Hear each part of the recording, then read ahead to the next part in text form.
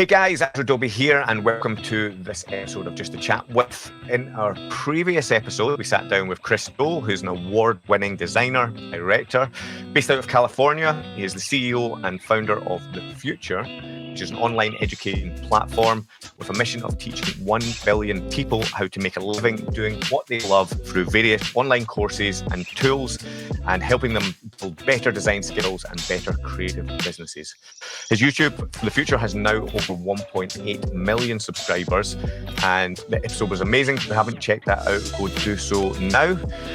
Before now, we've also had people in the podcast like VaynerMedia Chief Heart Officer Claude Silver, multidisciplinary illustrator and designer Wacko Chico, and brand expert Marty Newmeyer. Today, however, in this episode, I sit down with Betty NFT, who's the co-founder and director of DeadFellaz, which is an NFT collection and community Web3 Metaverse brand. We sit down with her in her home in Australia. We talk all about the future of NFTs, the metaverse, and where the digital world is taking us. One of my most enjoyable episodes to date. Enjoy.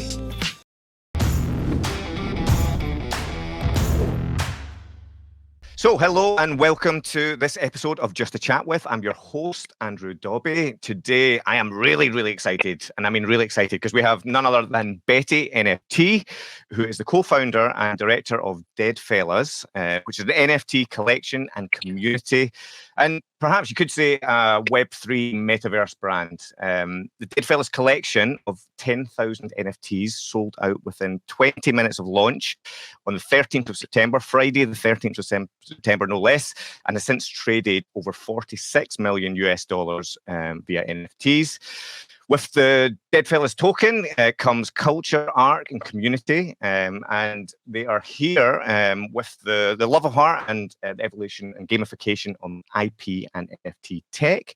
They have big plans and focus on innovating in the NFT space and empowering their holders in many creative ways moving forward.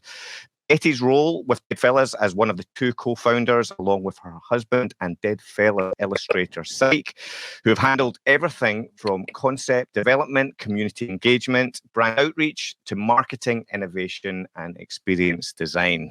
Need stuff done? Ask a busy person. Betty is also the co-director of a creative production agency for the last 11 years, servicing AAA brands and corporations globally, and has been in the industry for 11 years. Betty, thank you so much for joining us. Great to have you here. I think you are our first fully anonymous guest on the show, so you're here just as an avatar, and you have the most exciting story. So Thank please, you. could you start with telling us, just talk us through that? Cool. Yeah. Well, thank you for having me. First of all, it's a pleasure to be on the show and to be talking to you. It's always funny listening to someone introduce me because I'm like, oh gosh, when someone's listing all of the things that we've just done. Yes, it can be quite confronting when I hear it listed like that. So I am Betty. I am in Australia with my husband. We've created this NFT project. We're in creative production. We have been for a long time. And we've just entered this space last year. We began in NFTs around January last year. Psych was introduced to the NFT space via some friends in his art collective, Depthcore. And he kind of saw it as an opportunity immediately to just have a bit more of a creative outlet, because I guess working in the agency business, it can be quite creatively stifling sometimes. So he was doing that. We were in pretty difficult situation across the board, really, with the pandemic, and running your own business is very difficult through a pandemic. So we'd experienced. I hear you. Yeah, you know all about that. We'd experienced bushfires and sickness and all kinds of things just leading up to last year. So we were in a pretty bad spot, and we saw NFTs as this kind of hopeful space where we could build and work alongside other creatives to do something really fun with this new technology. And so we just threw ourselves into it, and the rest is history, really. It's been a really crazy ride since then. Yeah, so that was January last year. Now this is interesting because anytime I read about anyone's NFT story, there's such a short period of time, isn't there, between the idea of like thinking about it. I mean, people, and I listened to an interview of him the other day, and he talked about so literally 1 year ago, someone introduced me to the idea of NFTs, and then suddenly he sells his whole Instagram feed for 69 million. So if you don't mind, like, talk to me about the timeline from January to, leading up to what date were we? We said 13th of September that you launched the collection. How did you first of all come up with the idea? And for, obviously for everyone listening, they don't know, or a lot of them won't know the collection. So if you can maybe go in a little bit about what DeadFellaz is, and how did you get from nothing, being introduced to NFTs, to that launching? Yeah, sure. So I always say, like, NFT, the time in NFT is kind of like dog years. It just moves like in a completely different That's so true.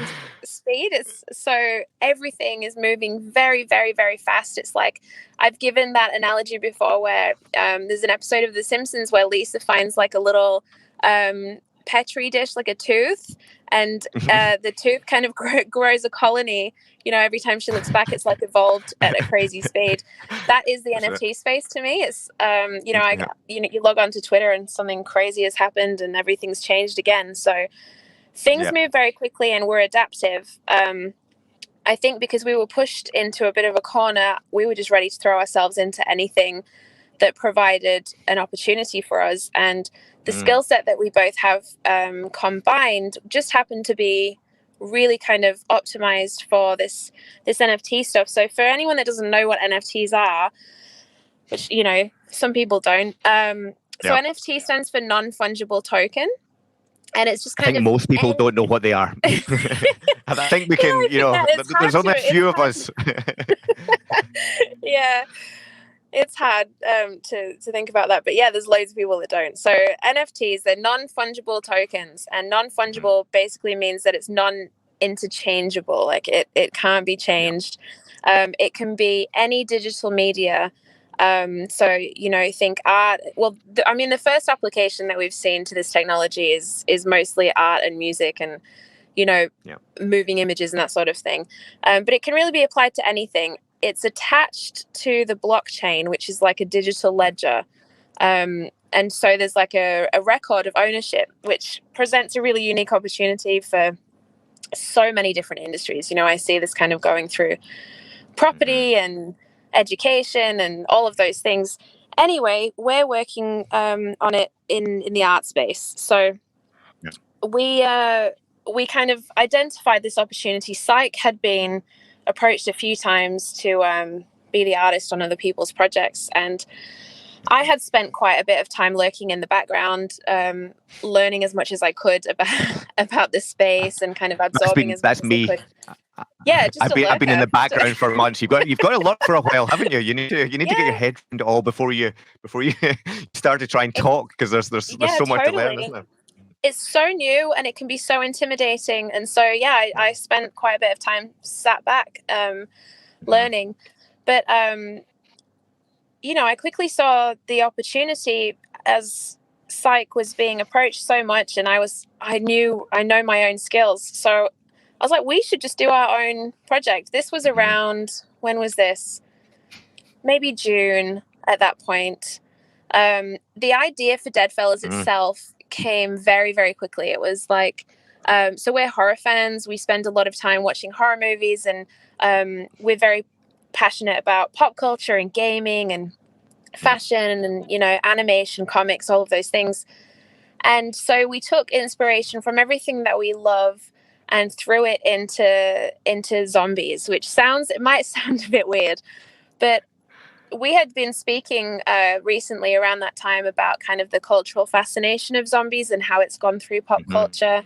And it just keeps coming back. It's like it does, doesn't it? Yeah. It's like when VR launched, every game on VR, like when the Oculus launched and everything, they're all zombie games. It's like the first thing that comes out on every new piece of technology.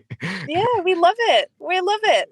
Suckers for zombies. So I like it too. So I was like, well, I wanted to kind of hit that niche between a little bit spooky and a little bit edgy and also cute and well designed, because we're big on design and big on art. So I wanted to bring something that was well crafted and inclusive and diverse to the NFT space. So that's what we did. And we worked really, really, really hard, because we were also running the agency and we were also in lockdown with 3 children. So it was just a very intense time.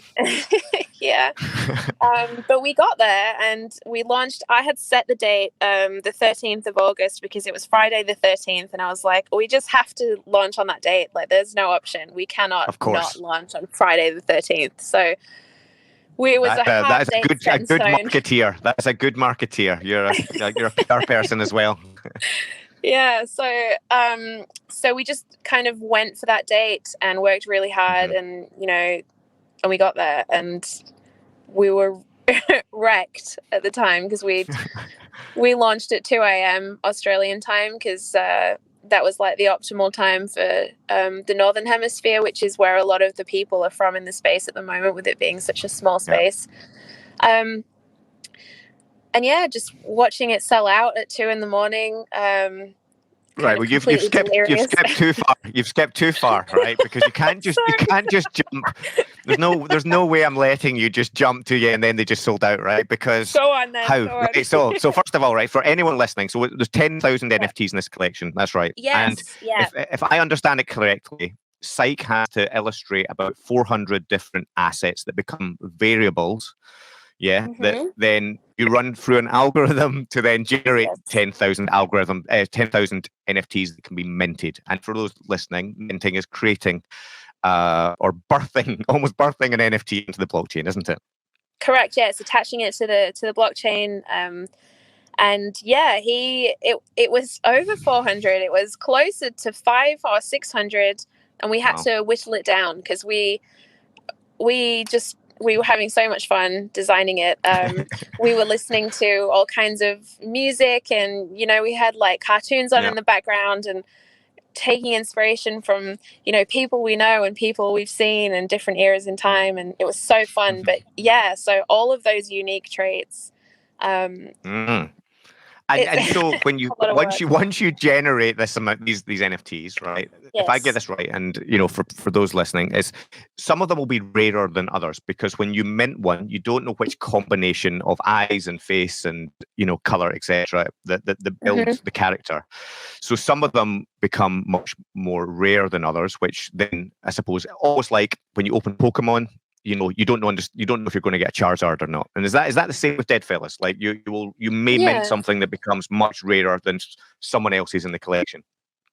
Yes, we approached Rarity in a slightly different way to most collections, in that we kind of went for statistical rarity based on the combination of degrades in the characters. So for most collections, you'll find traits like, say, the blue hat shows up the least in the collection, therefore the blue hat is the rarest.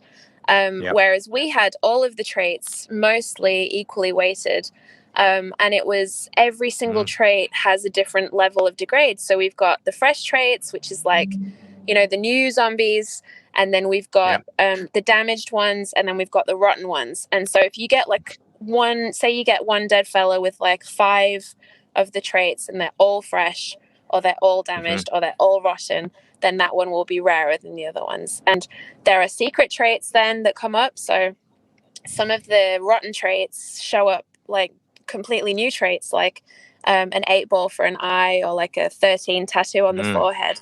And those are not listed. So there's like little Easter eggs that people have to find just by getting to know the collection. And yeah, so we wanted to do it a bit more gamified, I guess, than typical, which was really fun.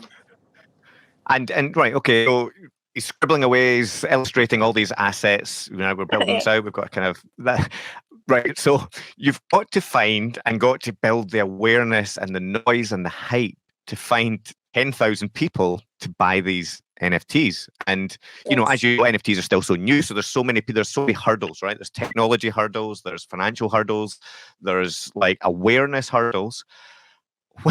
How do talk me through the strategy. How did you know that when I launch on Friday the 13th, I've got 10,000 people ready and waiting that are going to buy these? And because like it's amazing, you sold out in 20 minutes. It's not like it sold out in 20 days and you had like a campaign running and awareness. It's 20 minutes. And am I right in saying it was $9 million the first batch sold for? No, it was how much was it? I think it was closer to 1.5 in the immediate sellout, in the immediate mint, and then it was about 9 within the first month on top of that. It was wild. So it's almost inconceivable take to that even in for say a those second. words. Yeah, take that in for a second, and like this is your moment to stop and have a little rest and go, wow, well done. Yeah, I mean, I say the words and it's almost, I feel like, is this even real? But it is, and here we are. So yeah, getting to that point was just a matter of, this is so cliche, but it was just a self-belief thing. Like, I knew as soon as we created the base design of what we wanted to see, and I knew all of the surrounding intention, the inclusivity and the diversity and the community, and I knew where we wanted to take the project, because we had it straight away, because it's just things that we want to see in the world. I think that's kind of the key. And so we're just very authentic. Like, I know that I am anonymous and that Psych is anonymous, but we are ourselves behind this avatar. Like, I'm speaking to you now as I would speak to you in a cafe or a pub. Like, I am myself, bringing something that I'm very passionate about to the world. And it just so happens that it hit a niche that hadn't been hit yet. So I knew it was going to do well. And so my focus before launch, because back then there were gas wars. So gas wars is when you're minting something and a lot of people try and mint it at the same time. The gas that it takes to actually process the transactions and the actions on the blockchain just goes through the roof and ends up being insanely expensive. And it's kind of whoever can get that gets in and gets the NFT. Whereas now there's like reserved lists and all sorts of things. But I wanted to avoid gas wars, and I wanted to make sure that as many new people to NFTs had a chance to get in. And so my focus was reducing hype, which sounds a bit weird, but it was it was kind of a bit of a stealth situation. So I was putting out content that I knew would do well, and it was getting attention, but it was a matter of like dampening it a bit. That's not going to be applicable before. Never. So I know it sounds strange, but my intention was I wanted a slow and steady launch, because I'd seen a lot of these projects just, get pumped completely and then just dump straight off afterwards. Whereas I wanted the chance to build real connection with people. And so prior to the launch, we were just focused on providing opportunity for people to really connect with each other on levels that meant they were forming real relationships. So we had in our Discord, we coded like a really simple game, and it was like a zombie survival game, and we wrote all these hilarious ways that you died, and it was just kind of you enter a command in the chat, and you either win, won a dead fella, or you died, and there was only so much chance to win. We'd coded in like the statistics and stuff, and so people were just coming back to the Discord and getting to know each other. So this was all pre-launch. So the pre-launch, you're building the community, the Discord. So you're getting everyone over there and already giving them stuff to feel like they're part of it, so that they want to then buy into it. That's it, yeah. So we were building that just slowly. Like, I didn't care. I didn't care about the numbers. I didn't care there was 20 people and I was just chatting about zombie movies to the same 2 people in France for 2 weeks. Like, it didn't bother me at all, because we were forming relationships, and then those people are more likely to bring other people in, and it's more of an authentic thing. I get kind of alarm bells when you see, Discords immediately now where they're like 30,000 people in the Discord and everyone's celebrating, but like, who knows each other and what relationships have been formed? And so I think that when people have an emotional connection to something, you're more likely to do well and to have something that really means something to people. So So That was this my is focus. important. Can I jump in here, Betty? Because this is important. I think you've nailed something that, I talk to so many people about NFTs just because I'm, I'm excited in that space, and I'm kind of, Yeah. and everyone else usually looks blankly at you, and they all, everyone's focused on, you hear a lot of maybe independent artists on their own. I tried to sell an NFT and no one's bought it. And I'm like, you're kind of missing the point in a sense that the why DeadFellaz is successful here, in my understanding, is that you're building a tribe, you're building a community. And it just so happens that we're using the NFTs to crowdfund that the funds to be able to empower that and to build something beyond that moment, isn't it? And Yeah. yeah, I think it's like it's clever, the fact that, and I think you're right. It's like, yeah, you could go and get Discord, pull 30,000 people into it, but there's no connection there. Is it going to thrive? And maybe you've done it that nice way in terms of like that, and that's where the success is coming from. Is like you've built that hype slowly, as you said, or try to lack of hype, which makes more hype, right? It makes more people want in. Yeah. There's something special there that I think that is why you've seen this success, isn't it? Yeah, that's it. And I think that emotional connection can be seen in a lot of collections, and even with a lot of the one-of-one art that you see, it's people that are engaged in the community, and they've formed relationships, and it means something to them to collect someone else's artwork, or to have someone else collect theirs. It's a funny thing, because the relationship between the creator and the collector is so different than in the real world, or in any other industry, I guess, that's come before this. So it's just kind of a perfect situation where I know how to do that, and I enjoy doing that, and I genuinely enjoy being a part of the community that we've built in DeadFellas. So it's really great. Yeah, and for again, for those listening that are just getting their head wrapping their head around this, there's a lot to take in. And one thing that really interests me and what I love about NFTs is that it's the power back, and the financial power and financial reward back to creators and artists. And I think for years and years gone by, we've seen the big platforms reaping the benefit from creators. So Facebook win, Google win, all these places that have an Instagram, etc. Where creators go and essentially make the platform for these places, but aren't making the monetary rewards. And I think the really nice shift here is it's turning everything upside down, where you're able to do what you've just done, but then also as these NFTs sell on the secondary market on places like OpenSea, that you're allowed to dial into the smart contract that a portion of the secondary sale comes back to the original creator. And I just love that, because I feel like if you're someone who's a painter and you paint something, but you're not famous by the time you've sold your painting, you make a very small amount, and then it's the collectors that make money thereafter. And I think the really nice model here is that a portion of that money can be dialed in to come back to the creator. So I'm just interested, how have you set that up for DeadFellas? Is that something that's public knowledge? Is that something that that you're transparent with the community with? And kind of how did that work for you guys? Yeah, so the good thing about this is everything is fully transparent, because it's on the blockchain, and you can easily just go to Etherscan and, look at the transactions and see where everything is going. You can look at the smart contracts. Everything is public knowledge. And that's the same across the board there. So we have our royalties set at 5%. So we'll receive 5% of all the sales that go on. And that funds everything that we do. So, we buy Metaverse land. We've grown our team to nearly 30 people now. We have animators and narrative designers and, developers and moderators and all of these things. These people work on our team now. So we pay them. We're in development across so many different things. And the cool thing about it is that we don't have to, like you said before, we don't have to ask permission from anyone. We don't have to, there's no pitching, there's no grants, or we're just doing what we want to do for the community. So good. Based on like it's such a yeah.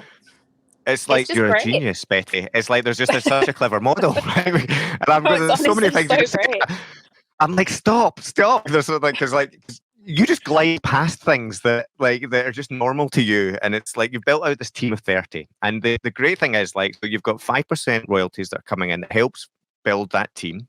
So you're creating jobs, which is great, creative jobs, which is great for the creative industry.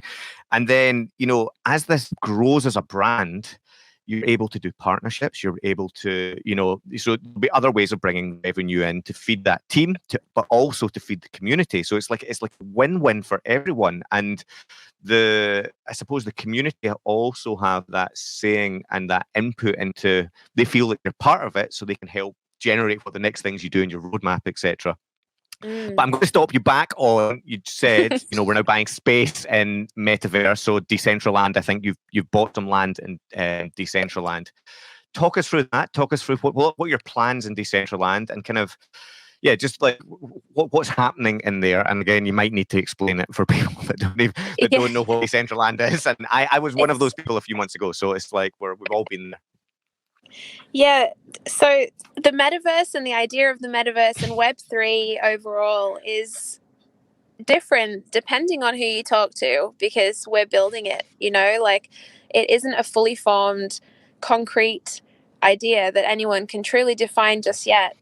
So everyone is actively building it right now, but how I would describe the metaverse, I guess, it is like we're already in the metaverse. We live in these digital worlds. It's almost like turning that into a bit of a video game, and it's interoperable, and you can freely go through these different worlds in the digital realm with just your wallet, and have control over your identity. And so there's a lot of cool things to dive into there. Now, these different worlds that are being built in the metaverse, there's so many different ones. So there's Decentraland,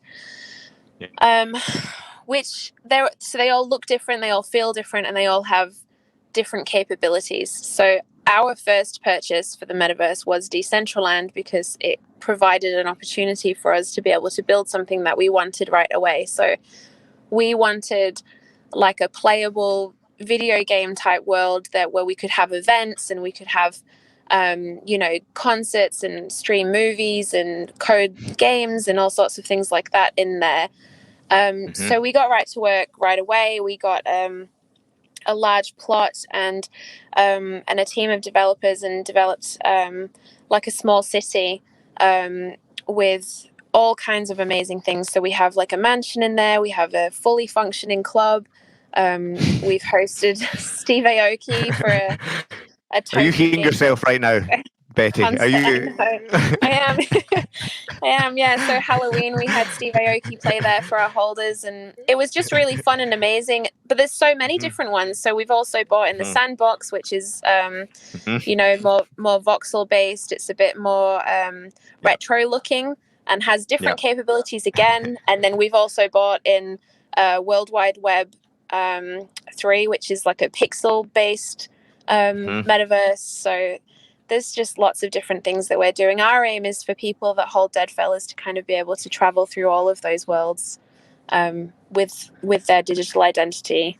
So yeah. Yeah, and I think that's where we're heading, isn't it? Like, from my understanding, and I'm always an early adopter of things and about things, and I suppose what I'm thinking in terms of metaverse is I think all of these things are going to connect up, aren't they? And in the way that you, at the moment, you connect your MetaMask account to a website, it's taking that sort of centralized core of your wallet and what you own, but being able to transport it to different places. So like at the moment, if you play Fortnite, your skins are stuck in Fortnite. But like, I think very soon we're going to be able to then wear our DeadFellas head in Fortnite and so on and so forth, and move these digital assets around. Is that kind of same understanding? Correct, yeah, and that's what we're focused on building. So we've got teams at the moment that are developing pixel versions of all of our the entire collection, and completely fully rigged 3D animated versions that are reactive to facial expressions, even, so that people can stream as their fella.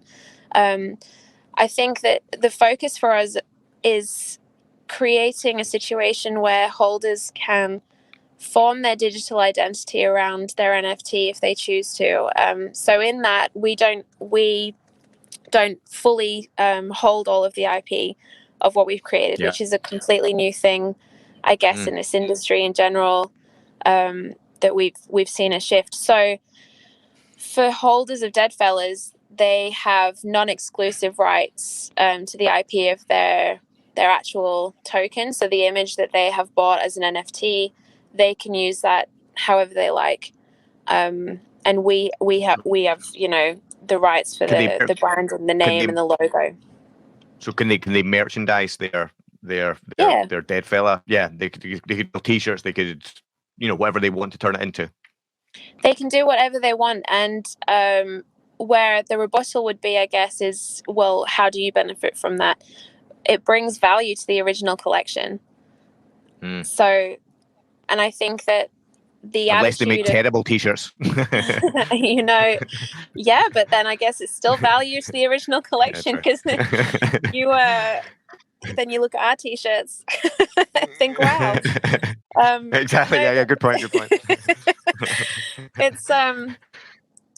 It's a funny thing to let go of a bit of that control, but it's very liberating and it's very fun, and it's like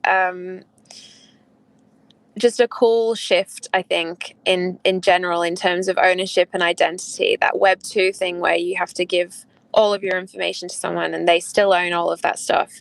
It's nice to be part of the shift away from that.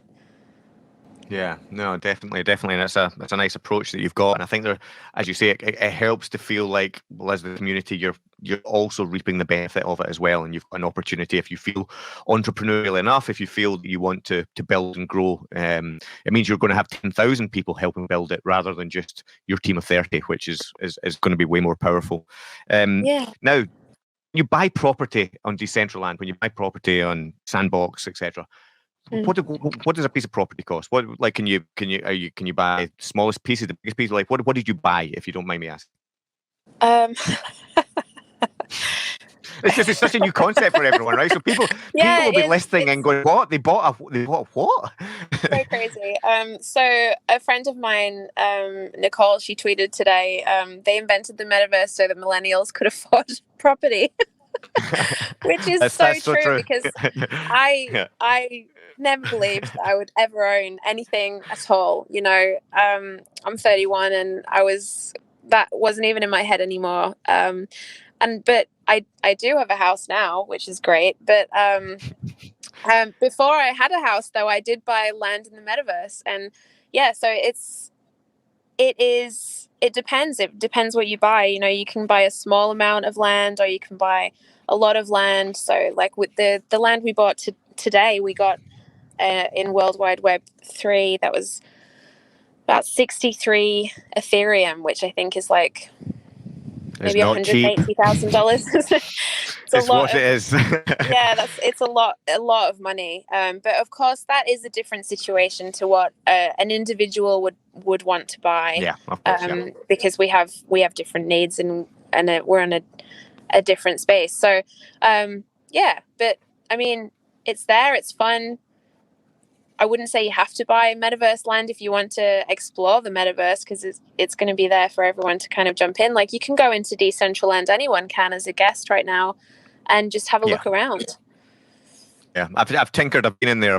I actually did an all agency owner networking event in VR last night or yesterday. So it was actually in Rec Room on Oculus, but it kind of gave me a glimpse into kind of what the future might be. And I think the thing often holds a lot of these things back is the adoption of the tech, adoption of the language, and for kind of VR, and kind of where Zuckerberg's heading with his metaverse, it kind of relies on everyone almost having an Oculus and being able to afford one of these things. I think they actually sell them at a loss. I think they're about £300, but they cost a lot more, and Facebook are making a loss on these. And how soon do you think that we're still in the Wild West? We're still in the early days here, right? And I'm talking to you now because I'm an early adopter. Like, I buy every new gadget first, and every new thing I throw myself at it.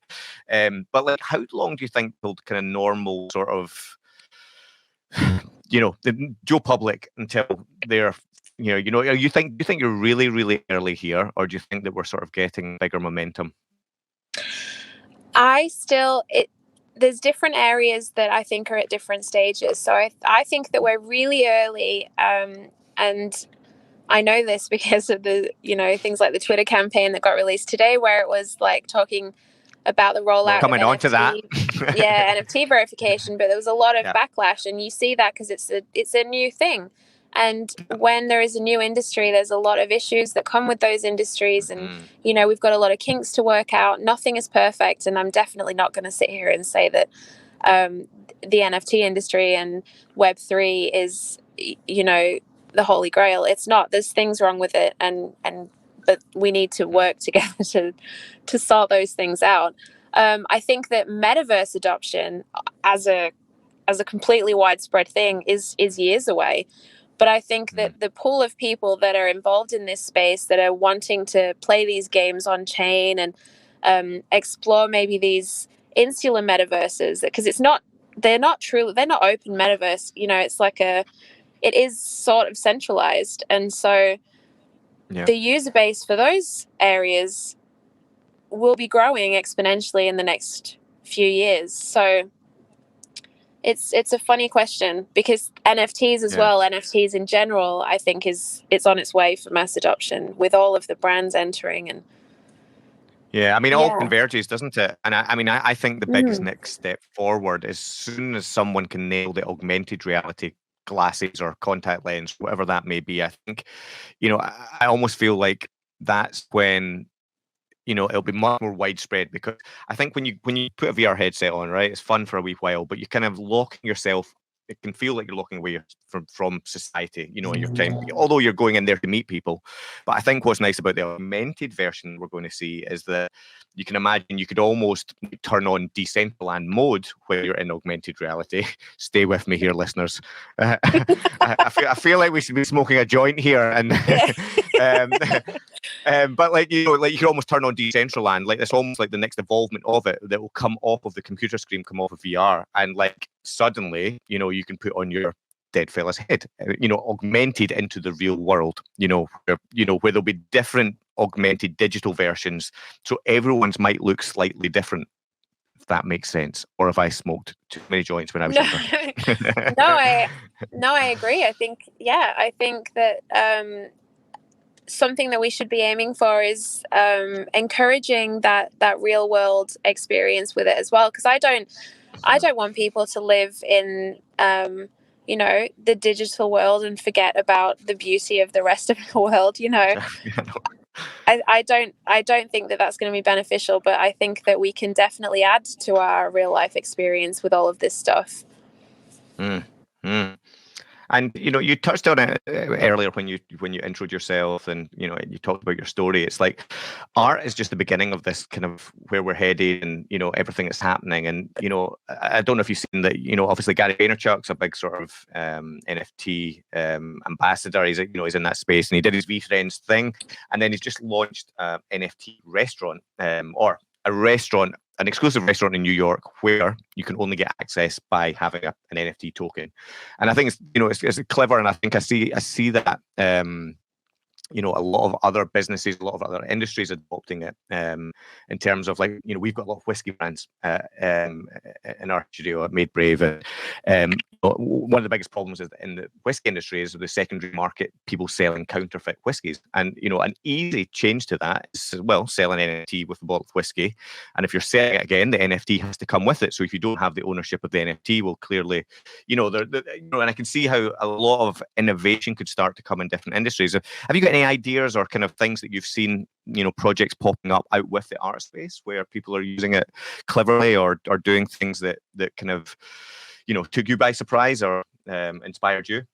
Yeah, there's so many applications. I think that it's hard to conceive because it's also new. So it takes really like you were saying, that smoking a joint, like it almost takes sitting and really just letting yourself really open creatively to think about those things. Because so there's people up north here in Australia that have done a project, and I can't remember the name of it now, which is annoying, but they've used it. So they've split up, I think it's part of the Daintree into say like kilometer squared sections, and each NFT represents this kilometer squared, and then as you purchase this NFT, it funds the maintenance of that little patch. So it's working for conservation to protect this area, so to speak. It is amazing. And then there's what else? I was just thinking the other day about how because I got resumes sent to me with NFTs on them, and I thought, but it makes sense in some settings to have that. And then I thought, well, NFTs and resumes, like, how could that work? You could have your university degree sent to you as an NFT, and then, you know, you have this authenticated certificate that you can, you know, do what you want with. It's non-transferable, it's yours. We could do that with a lot of different things. There's murky waters there because of anonymity and, you know, identity and safety with being on the blockchain. But those are kinks to work through. There's lots of different things. Property I see as a very good opportunity for that. I wish I could have bought my house with Ethereum and had it, you know, well, you've no shortage of Ethereum now, so you know, but if we can persuade a property company to accept Ethereum, then we're all good. I hope. But yeah, legal documents like deeds and wills could be NFTs. There's so many things. I'm less likely to lean into the more exclusive access type thing, like the restaurant, because that's just not my vibe. But I think it's a really great idea, and it's a cool application to see. You know, you can buy, I don't know, festival tickets as NFTs, and then it makes the secondary market, like you said with the whiskey, so much more trustworthy. You don't need to trust the source; it's all authenticated on the blockchain. So the more you talk about it, the more you listen, it's going to be everywhere and everything, isn't it? It's literally it will authenticate anything you have bought physically, because our whole world is digital now. Everything we do, everywhere we flex, is digitally, and even more so because of the pandemic. And you know, and I think we've just seen fast forward, and that's probably why your NFT projects, it's like why you thought about it in January, and by, you know, September you've got this thing launched. It's because we've gone through this like 10 years fast forward of digital transformation, where the digital world is now so much more valuable for how you have to communicate, how you have to prove your worth in today's world, because you're just not allowed to go out and physically meet people or do things. So I think you're right. It's like, with going back to your CV thing, I saw actually on your LinkedIn, I think it popped up, you know, the post where you'd spoken about this, and you know, some people very against it, some people very for it. But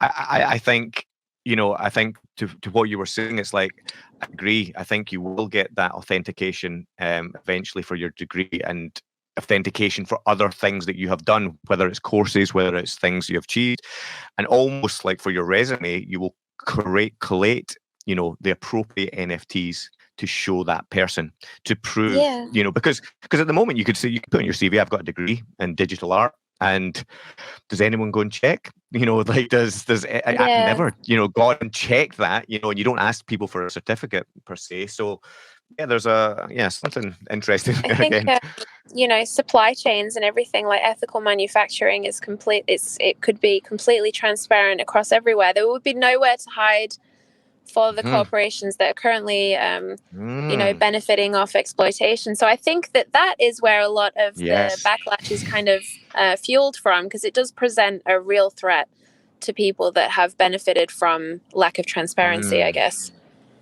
That's so powerful. I hadn't thought about that. And that's, you know, as a company, we're becoming a B Corp, and a big part of becoming a B Corp is about transparency and supply chains and how you do things.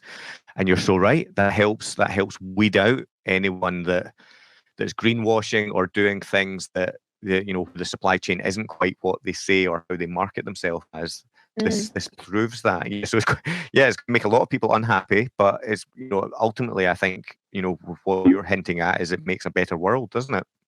Well, I think it does, and I think that, you know, where the environmental impact is something that a lot of people talk about, but not many people will bring into discussion the way that that's being combated. So I know we talk about ETH2, which is kind of another layer that's less, you know, carbon emissions and that sort of thing. But a lot of NFT collections at the moment are offsetting their carbon emissions, which isn't a perfect solution by any means, but it is a good solution.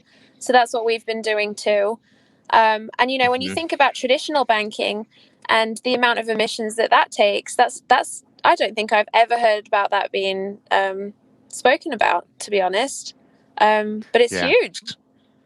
And and if you talk about the fact that this technology suddenly changes the corruption or the social corruption that you have in terms of, you know, the supply chain issue, you're solving some bigger issues while this other sustainable issue gets solved. Because, you know, I think if there's enough heads on it and enough people, the technology should evolve very quickly to combat that. And I think, you know, you're right. If you're in that space at the moment, I think you should be looking at, you know, what can we do in their power just now to make it the best that we can, and then collectively, the community, the whole Web3 community, need to be working towards that goal of making it much more sustainable. But I see it happening. I see the technology moving, and I see people working towards that. So I think it's, as you say, we're in the very, very early days. So it's going to be exciting to see where that goes. It is, yeah. I'm really excited about that. So I'm conscious of your time because I could talk to you for 3 days here. I could talk for 3 days, believe me. I'm pretty sure you told me at the beginning before we came on air, it's 9 o'clock over in Australia. You have a young family, which amazing for you both, having juggled all of this in a pandemic with 3 young kids. While running a business that's scaling that at speed of knots. No, well done on all that. So I'm not going to keep you much longer. What I'm going to ask though is that I've got immediate fear of missing out, and how do I get my DeadFellas? Is the only option now to buy on secondary markets like OpenSea, or like how could someone join your community? Someone that's listening that says I want a DeadFellas, and specifically by someone listening, I mean me. So you can only get them on the secondary markets right now. So that is currently OpenSea, and we have Nifty Gateway. So if you don't have a crypto wallet, MetaMask, or anything set up, and you want to buy something right away, you can go on Nifty Gateway and you can buy with fiat with a credit card. And then later down the line, if you create a wallet for Ethereum with MetaMask or whatever you decide, then you can kind of bridge that over to ETH that way, which is a whole different thing. But that's an easy way to do it if you're a newcomer to the space. Otherwise, just OpenSea. Yeah. OpenSea, okay, and that's a closed collection now, so that's the only way in now. Is that 10,000 that have been minted originally? We have 10,000 on that collection, and then we have a collection that we created. It was like a capsule type collection for Halloween. I think it's about 186 or something like that. And then we have a very small art collection on Nifty Gateway called Betty Pop Horror, and that was like a take on kind of pop culture horror movies. And then we have Dead Friends coming out very shortly, and that is like a companion collection to the original collection with added utility. And but they're PFP ready as well, so you'll be able to buy those on the secondary market, and they'll be, well, I can't speak to how affordable they'll be, but they'll perhaps be cheaper than the original ones are currently. So maybe an easier entry. The original ones don't look very affordable. I think I looked this morning, the floor price is what, 2.6 Ethereum, 2.7 Ethereum or something? I think it might be 2.7 or 8 or something now. Yeah.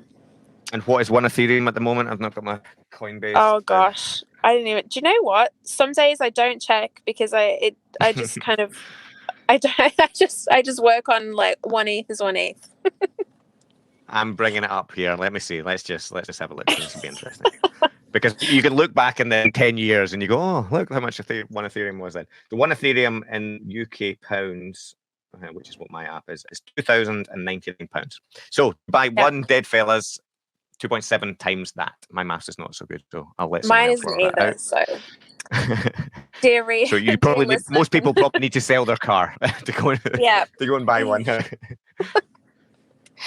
Great. Well, Betty, thank you so much. It's been an absolute pleasure to listen to you. I've been so inspired by your story, and thanks for sharing with us and letting everyone know. Yeah, for anyone listening, go check out Betty and check out DeadFellaz. Betty, do you have any leaving thoughts, any last things you'd like to say just before we wrap up? Not really. I just thank you for having me on the show. It was really fun to chat to you. And just to anyone listening that's maybe thinking about entering this space, just to do it, because it's a really fun and encouraging and inspiring place to be. And there's lots of amazing connections to be made and lots of good experiences to be had. And yeah, it's nice to be part of, I guess, a solution in a world where a lot of things seem to be falling apart. This kind of feels like a space where we're actively building to solve some of those problems. So, yeah. Thank you so much, Betty. Wonderful. Thanks, everyone, and see you soon. Thank you.